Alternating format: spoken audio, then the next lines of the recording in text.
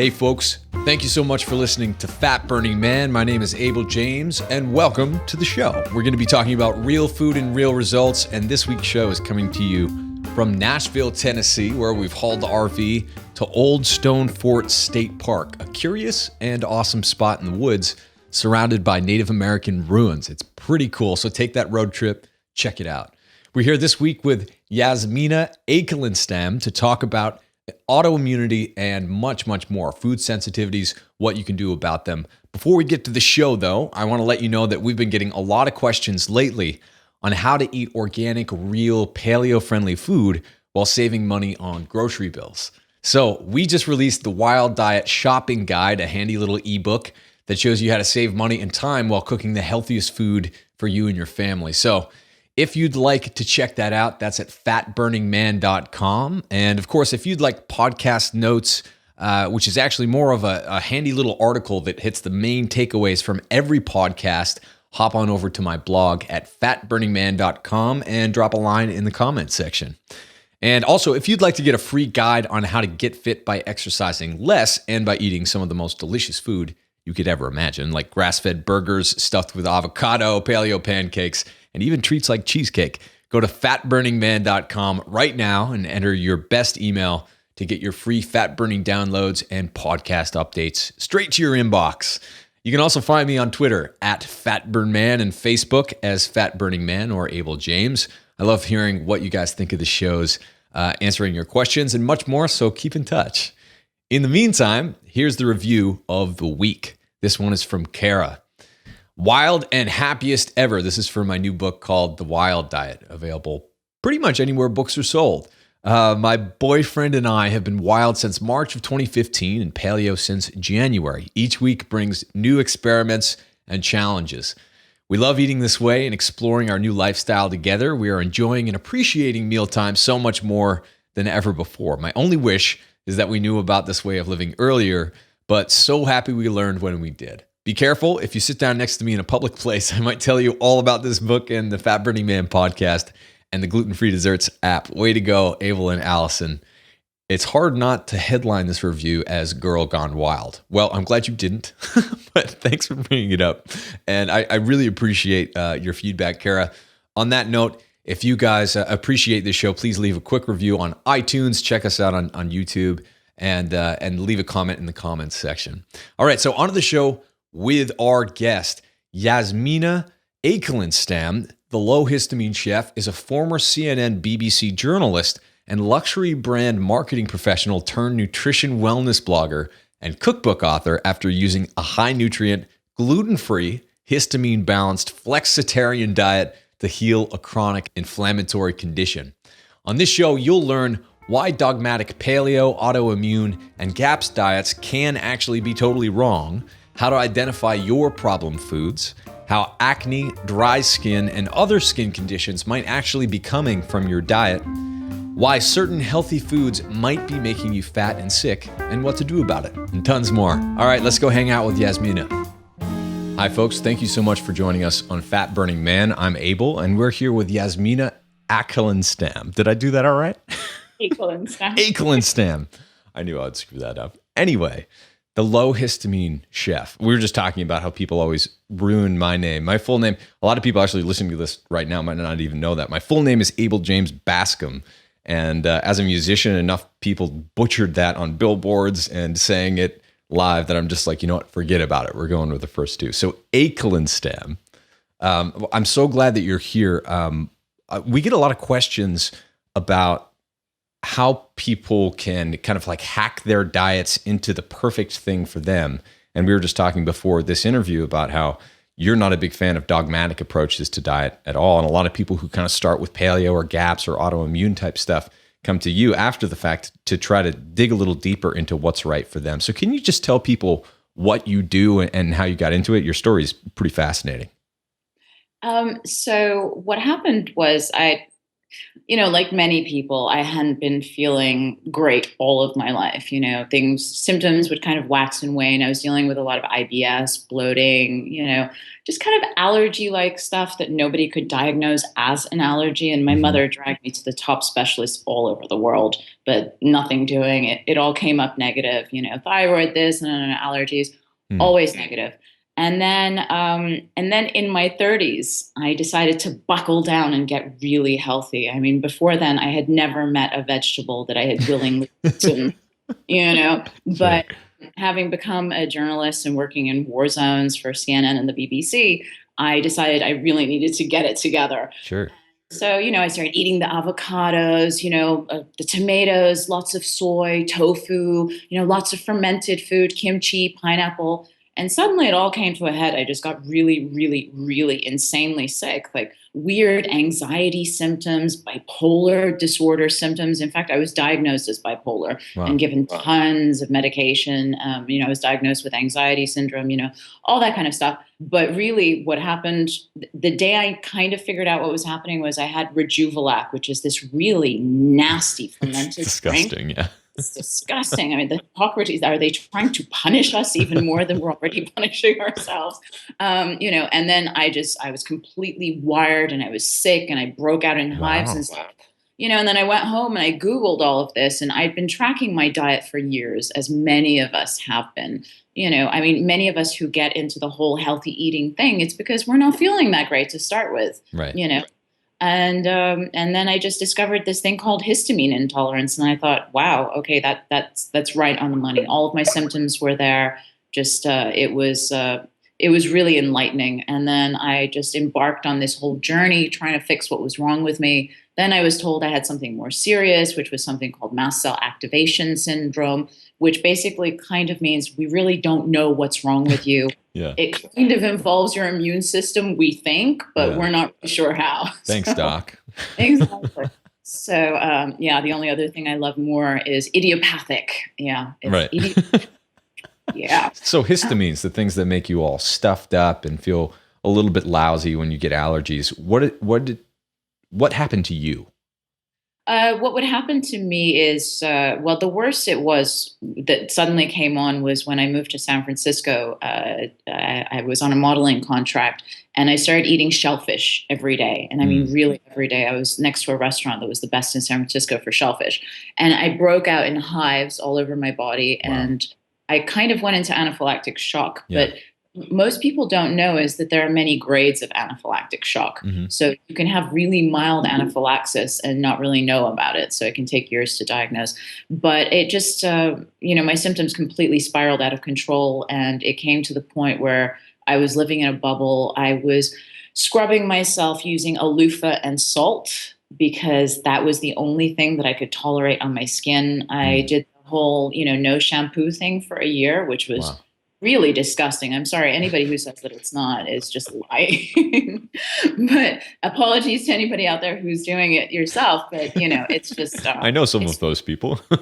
yeah, it's just it wasn't right for me. Let's Yeah. leave it at that. Sure. But so it was problematic because I'm a woman and I like to look nice, and I Hmm. wasn't able to wear makeup. I mean, forget makeup. I wasn't able to eat. I was down to 5 foods. And Wow. I just couldn't understand why healthy food wasn't working for me. Yeah. Yeah.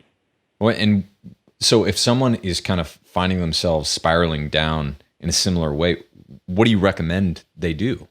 Well, the symptoms, first of all, to look out for mostly are fatigue, extreme fatigue. A lot of Hmm. people might be diagnosed with things like fibromyalgia, chronic fatigue syndrome, random allergies, borderline thyroid, that kind of stuff. So, extreme fatigue, IBS, extremes, the stomach going from one end of the Hmm. spectrum to the other, diarrhea, constipation, hives, acne that's not actually acne, that doesn't respond to any kind of prescription medications like Accutane or the tricyclic, what's it called, the antibiotics, the Hmm. tetracyclines rather, and depression, anxiety, severe mood swings. There's something called masto rage, which I Masto experienced, Rage. That sounds like an awesome video game or something.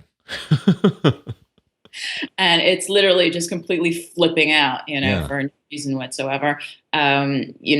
the skin complaints like eczema, psoriasis, rosacea, Hmm. these are all related to mast cells and therefore histamine. And, so all these kind of symptoms. So if this is something someone suspects that they have, ideally, you should get a diagnosis, Yeah. which is nigh on impossible in most countries. But I have to say that because Yeah. you should figure out what's wrong with you, because histamine issues can also mimic a lot of conditions. Sure. So, you kind of have to rule them out. I mean, when I went there, I had a folder like this big, and we literally ruled out every other diagnosis on the planet before Wow. I was diagnosed with mast cell syndrome. Yeah. But like I said, so I'm kind of up here on the spectrum. There's mastocytosis and systemic mastocytosis, and then you have histamine intolerance, Okay. which is literally just people who maybe because of stress or a lack of the diamine oxidase or HNMT enzymes, which are the histamine degrading enzymes. Mm-hmm. A lack of HNMT has been linked to ADHD in children. They react to preservatives and stuff like that. They think that's the link. They haven't been able to work out why kids react. But adults react to them too. I can attest to that. Yeah. So after that, if you can get a diagnosis, great. If you can't, the way I look at it is that this diet, the diet that I am on, it's not really a diet I created. It's an anti-inflammatory diet. I took the anti-inflammatory diet one step further by tossing in a bunch of antihistamine foods. Mm-hmm. Mostly foods that are rich in quercetin, bioflavonoids like luteolin and rutin and stuff like that. And so, I made an eating plan out of it, basically. And it's just really healthy. So even if this isn't what you're dealing with, eliminating all of the garbage from your diet and all of what I call, they're kind of like the non-foods. Like, yeast might be beneficial to vegans, but do we really need it? We could probably do without it. That's a big histamine trigger. We can use apple cider vinegar instead of balsamic vinegar. There's, hundreds of lists on the internet that tell you how to do this. I disagree with most of them, but that's a story for another day. It's just, people just go out and research these lists and, they put them together and there's very little science behind it. But, so, once you remove all of the garbage foods, the non-foods, and then, just focus on these healing antihistamine and anti-inflammatory foods, you're really not going to go wrong. I mean, you're not going to hurt yourself. That's right. Well, my view. Anyway. What does a plate look like then? Well, that's an interesting question because people with histamine issues are normally just people who are sensitive in general, and a lot of them kind of like turn up at the histamine thing and they're like, wow, so I've eliminated all of the histamine foods. Why am I still reacting? Yeah. Well, because you might be reacting to oxalates, you might be reacting to salicylates, you might be reacting to fructose.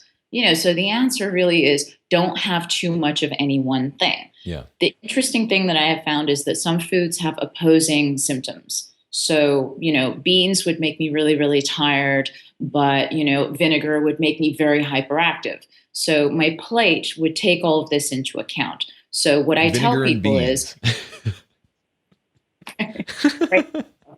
What I normally tell people is to keep a food diary, and then make yourself a list of foods that you're currently tolerating that are high nutrient, foods that you're not tolerating that are high nutrient, and so on, and foods that you want to bring back into the diet. Once you have that list, you make another list with all of your symptoms. So you make a spreadsheet, and you have, I don't know, IBS, insomnia, whatever, and you put all of the foods that are causing these, and eventually you figure out what the foods actually are. Once you have this list, you can balance your plate, put a little bit of the foods that bind you up with a little bit of the foods that loosen the bowels, mixed with something that keeps you awake. So everybody's plate is going to look different. But my diet is generally, I wake up in the morning, I have a green smoothie that, includes a little bit of fruit, something anti-inflammatory like mango, 1 part to 2 parts vegetable, broccoli stem or cucumber, and then 2 to 4 cups of vitamin K rich anti-inflammatory mixed grains, or I'll have some fruit and, toss in some nuts that have been soaked. Lunch is, a massive, and I mean, really, people are like, oh no, I eat salad every day. I'm like, no, I don't think you understand. I'm talking about like a bowl this big, with a little bit of protein, sometimes some beans. I am basically paleo, but I do include beans because they just work for me. At some point, I might decide that they don't. I'm Sure. always changing the diet, refining it, and whatever. And dinner is basically a soup or another salad, protein, vegetables. You know, just really healthy. Yeah. So it almost sounds like food is your medicine and your downfall, but you're especially sensitive to either one. How do you go about finding which is which? There is no easy way to figure it out, because with histamine reactions, you can have a very delayed reaction that lasts, you can have a reaction that develops 48 hours within 48 hours, or not before 48 hours. But basically, as I said, if you make that list with the different symptoms, if you track it long enough, you'll eventually see the same foods reappearing over and over again in different columns, and then you whittle it down. The argument against that is, and I know this is true for myself, that over time, if you focus too deeply inwards on your reactions and you're looking for the reactions, you will get what you're looking for. Right.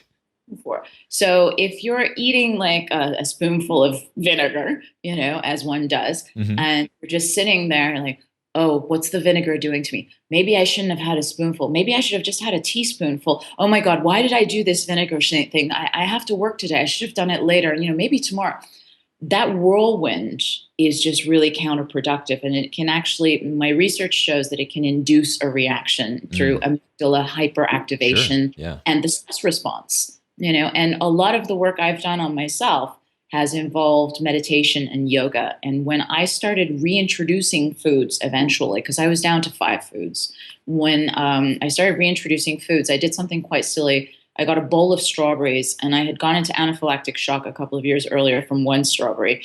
I did a meditation. I ate the bowl of strawberries, and then I went back into my meditation, and then I practiced some brain retraining throughout the rest of the day. And that is how I reintroduced strawberries into my diet. Wow.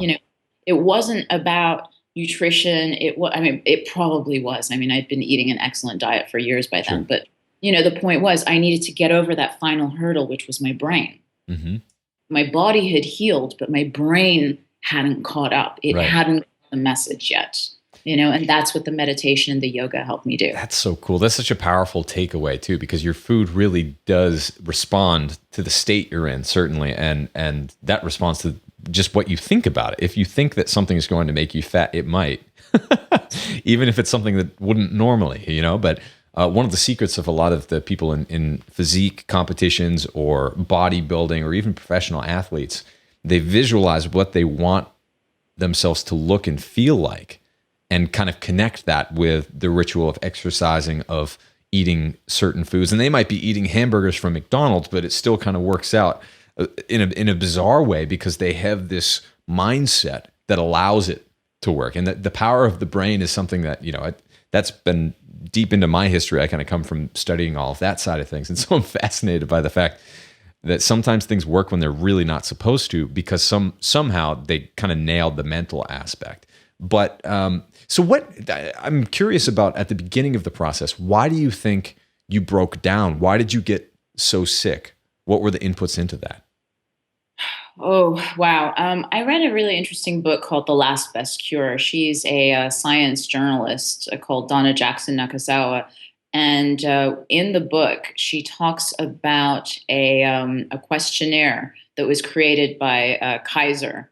And basically, it scores you on a basis of how much trauma you've had in your life. And at the end of it, it tells you how likely you are to develop an immune system disorder. Now, when I was about to take this questionnaire, I thought, I haven't really had much trauma in my life. My friends they've had parents murdered and, just horrible things happen to them. And I took this test, and it was like, did you hear your parents arguing before you were the age of 11? Did you move home more than once every 5 years before the age of 15? And I was just like, oh, well, my dad was in hotels. We were moving every 6 months to a new country, a new school. And, I grew up during a war. And suddenly it kind of put things in perspective. Now, sadly, if I had read this book before I became a journalist, maybe it would have made a difference. But as it was, I went to war several times, covering conflicts. I covered the Saddam Hussein trial. I've been to nuclear processing facilities in Libya. I've been shot at in helicopters. And it takes its toll on your nervous system. Sure. And it turns out that mast cells, which are where histamine lives in the body. I mean, you find histamine in foods, which can cause an overload of histamine if you're lacking an enzyme or enzymes. But there's also histamine in your body in mast cells, which are part of the immune system. And mast cells are necessary. Inflammation is a good thing. Inflammation is the good guy. Mm-hmm. If you have too much of it, it's a bad thing, as Right. you know. Right. Yeah.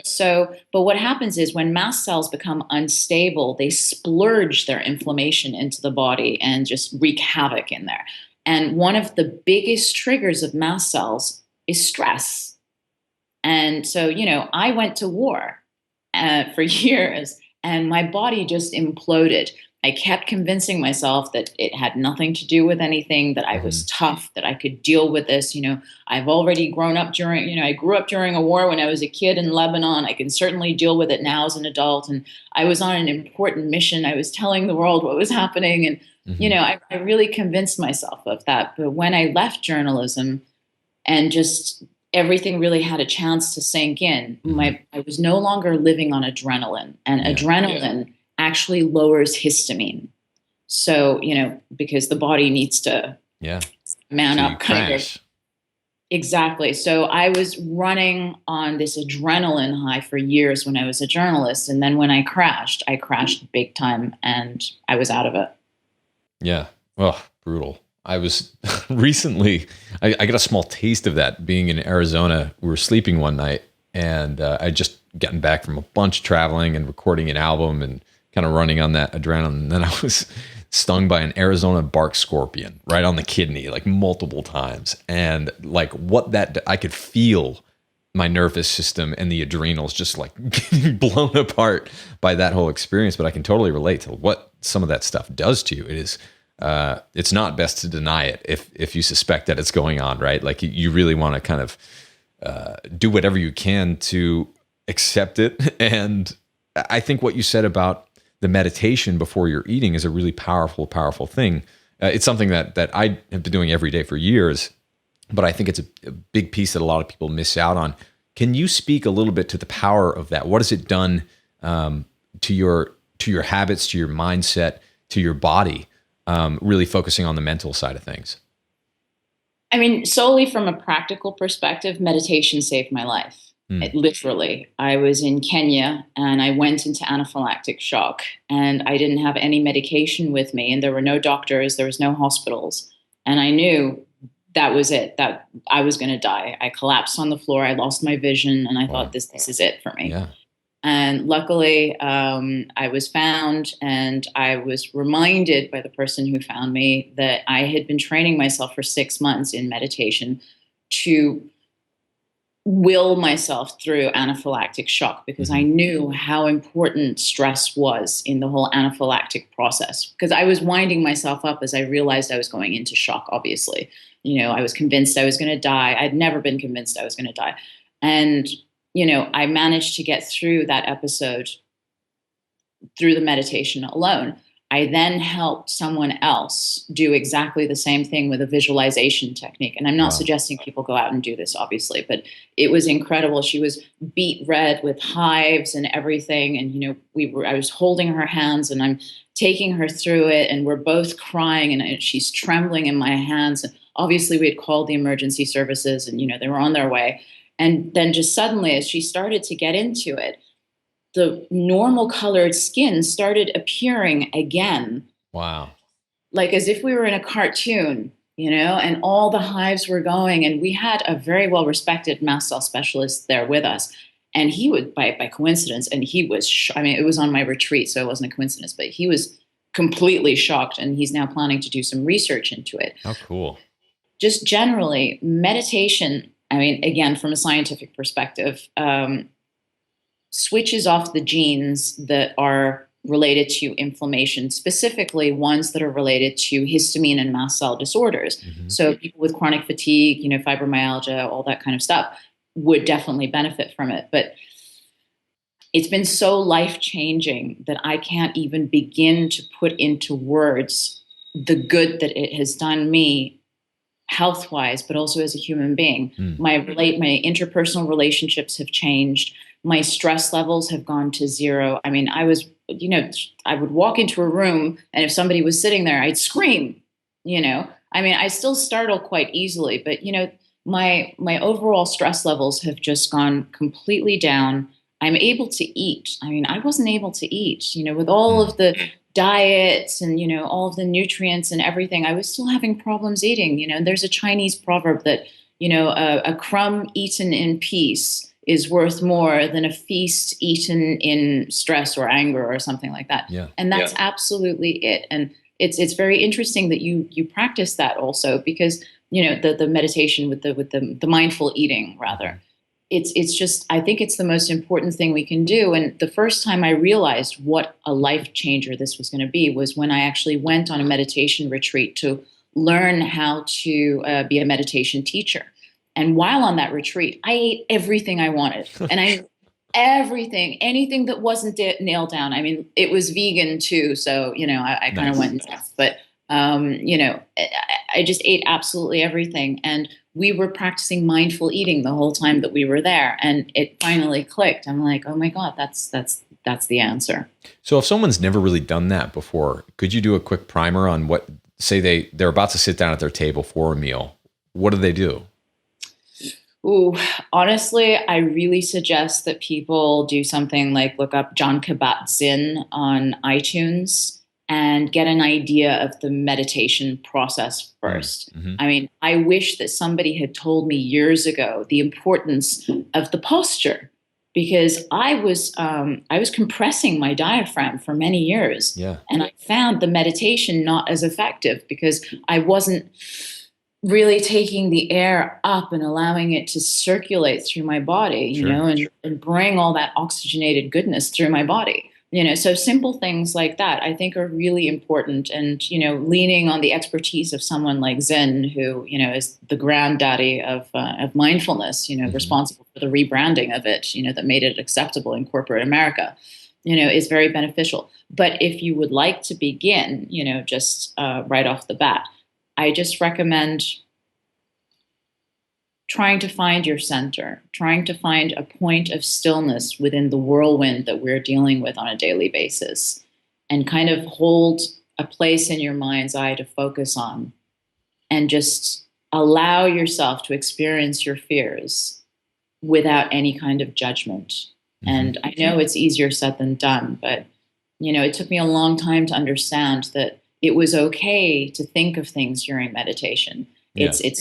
It's not realistic that we're going to have a completely blank mind. I mean, we wouldn't be very interesting people if we had blank minds anyway. Sure. But, just to try and find that point of stillness, breathe very deeply, and try and not focus on what you're eating.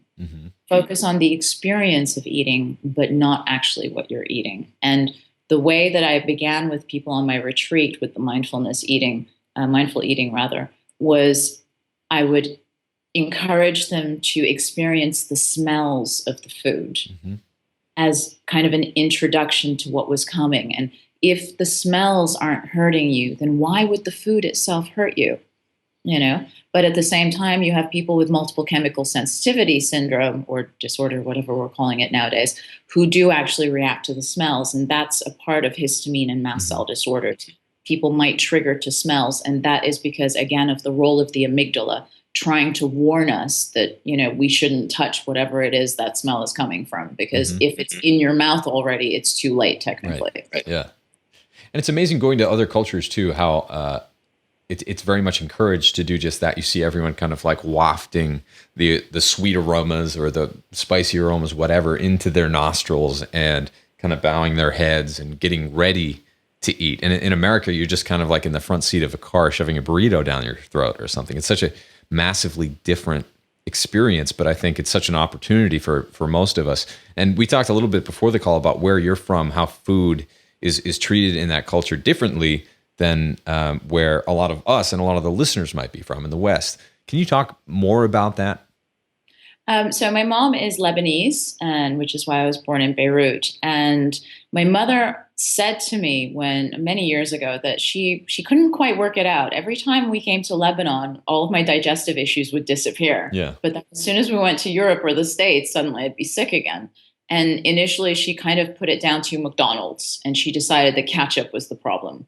But really, it was more likely the fact that at least back in the day when I lived in Lebanon, and still to a certain extent now, the Lebanese live off the land. There really is no reliance on packaged foods. And if it is packaged, Beirut is such a small place, and Lebanon as a whole is such a tiny country, only 4 million population, that, whatever you have in the shop is going to be sold that day because, you only make as much as you need. And, what a concept.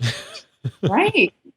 Each meal in Lebanon begins with a bowl of vegetables. I mean, whole radishes and, carrots and cucumbers. You're served a plate of thyme, fresh thyme with olive oil, and you dip some bread into, bread, but, it's too much for them to give up their bread, but, you dip the bread into it, or, the fresh thyme is in the salad. They put lots of herbs in the salad. The Lebanese meza, which is what you start with. I've never understood how people can progress beyond the meza, which are just these tiny little dishes of mostly vegetarian foods. And you get 30 or 40 of them at your average meal. And you kind of dip into, which again, for me is a great concept because it's the idea of not having too much of one thing. Right. You pick at a little bit of everything. You're hedging your bets, number one, but also all of these amazing phytonutrients work together synergistically to create their magic. So if you're having too much of one thing, you're not having enough of another, And so after this incredible meza, then they bring out, the skewers of meat, the lamb and the chicken and all that kind of stuff. There's some things that are marinated, but really not for very long again. And apart from pickles, there's really no fermented foods that I can think of in Lebanese food, which might also be why a lot of Lebanese people have digestive problems, and Middle Eastern people in general have a lot of digestive problems when they leave their country. I mean, a great number of my readers are Middle Eastern, which kind of surprised me, but there you go. Yeah, it's fascinating stuff because there's the whole we need to be eating lots of fermented food side of things, and then wait a second, maybe not. What is a fermented food? What's in it precisely, and what could So why don't you talk about the negative side of all of this? Because I think I was just talking to someone on another interview about how rice is not rice and eggs aren't eggs. You need to get more specific than that, right? So let's talk about fermented food a little bit, the double-edged sword of it. I mean, in a way, fermented foods can be great for people with histamine disorders in a way, because some types of some fermented foods have been shown to possess potent anti-inflammatory benefits, and some even antihistamine benefits, but it's a bit more complicated than that. I won't go through everything here, but there's more than one histamine receptor. There's 4 histamine receptors that we know of in the body. So just because something doesn't activate one receptor, it might activate others or vice versa. So fermented foods generally are not a great idea for people with histamine disorders.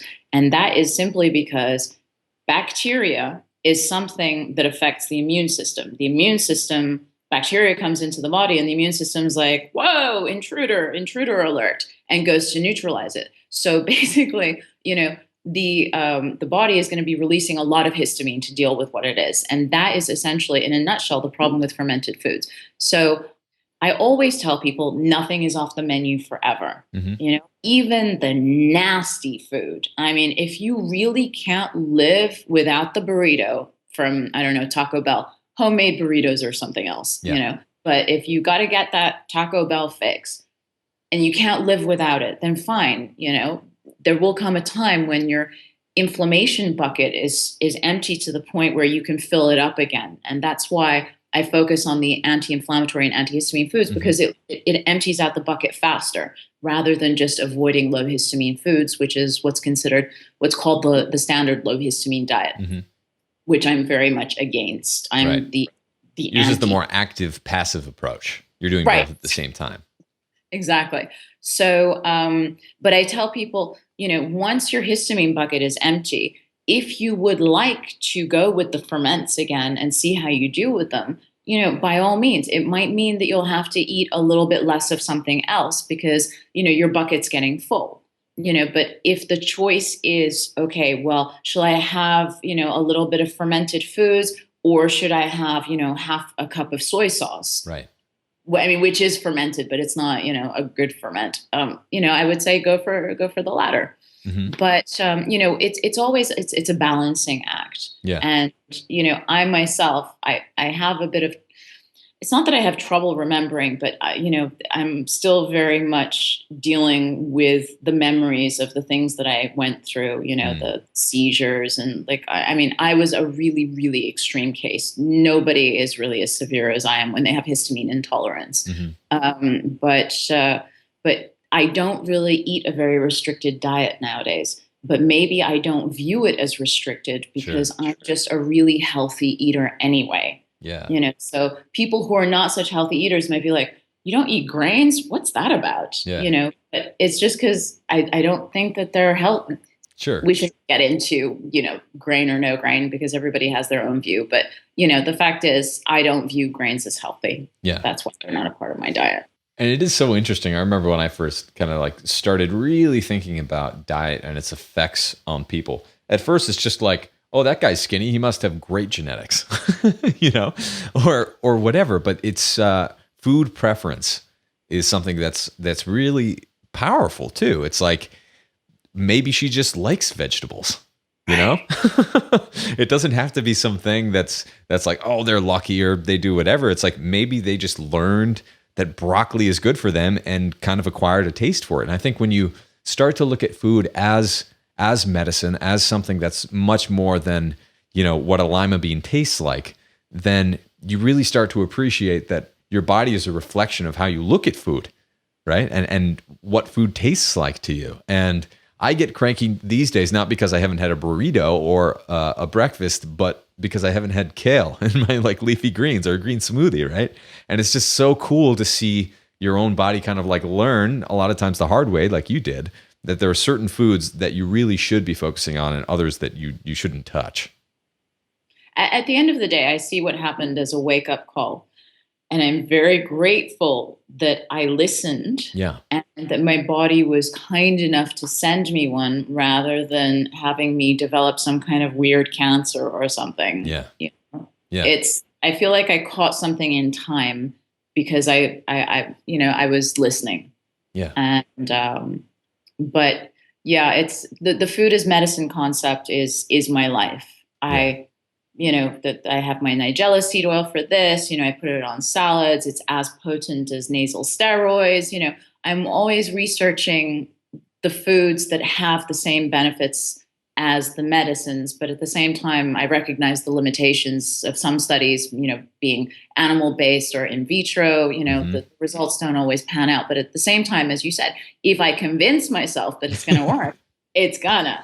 And it's so fascinating because... Yeah, exactly. Well, we were just down in Peru and trying a lot of sacred medicines, plant medicines and things like that. And one of the things that they say about those is that they're more about diseases of the mind, right? Like the mental thing, because what some of these things like San Pedro or ayahuasca will put you through makes you face a lot of the things that may have been eating you alive, maybe without even knowing it. And basically what a lot of the more progressive doctors and healers down there are talking about is, would you rather be on an antidepressant for 40 years that may work, or, go through your stuff for a week or two and kind of be curing yourself so that you can move forward in the right way? And I hope that that's what medicine, what your experience, what other people have gone through is kind of pointing toward, that it doesn't have to be this thing where we're sick forever with whatever we've got. It's something that we can work through, that we can kind of look into, okay, what can I do that might be a little bit out of what Western medicine thinks is right, or even something as simple as meditation that can really help heal me forever. So I think you're a living testament to that, and I think your work is fantastic. Allison is inspired to do a cleanse right now. She's reading your book, and I just think it's fantastic. So for all the people who have loved this show, where can they find you? I'm at www.thelowhistaminechef.com. And, I have ebooks. I have a yoga course coming out. I have a Brilliant. bunch of things in the works. But also, we are actually using your plan at the moment at home, which I'm Nice. actually adapting because my man wants his like abs just a little bit more, Sure. pokey outy. We'll And fix them so right up. exactly. So we're working our way through your recipes, and I'm really enjoying them. Cool. Well, thank you so much. I appreciate that. They are delicious. We've been eating, we're doing a cooking class right now for the Wild Diet, like a video series. And so we've been eating out of that book for like months. And it's cool because we took it's not just our recipes. It's like Allison comes from a big Mormon family. I come from a big dairy farmer family up in New Hampshire. But we took a lot from people who have just followed us online and contributed their recipes, their spin on this approach. And it's just been so cool to experience that because hopefully, like, we didn't want to start a business or like a thing really. We wanted to help guide a movement in the right direction. And I think you're part of that and an important one. So thank you so much for coming on. Thank you for having me. It's been wonderful. Hey, this is Abel James from Fat Burning Man, and if you liked this video today, please take a quick second to subscribe to this YouTube channel. Now, I have a quick question for you. Do you want to learn how to get fit and lose fat by exercising less? Get the step-by-step strategies for how to do that right now for free. All you have to do is subscribe to this channel right now, then click the link below to fatburningman.com. Enter your best email to sign up for my newsletter, and I'll send you a quick start guide to burning fat right now and some ridiculously good recipes as a special thanks. Once again, just go to fatburningman.com right now and enter your best email to get your free fat burning download straight to your inbox. Talk to you soon.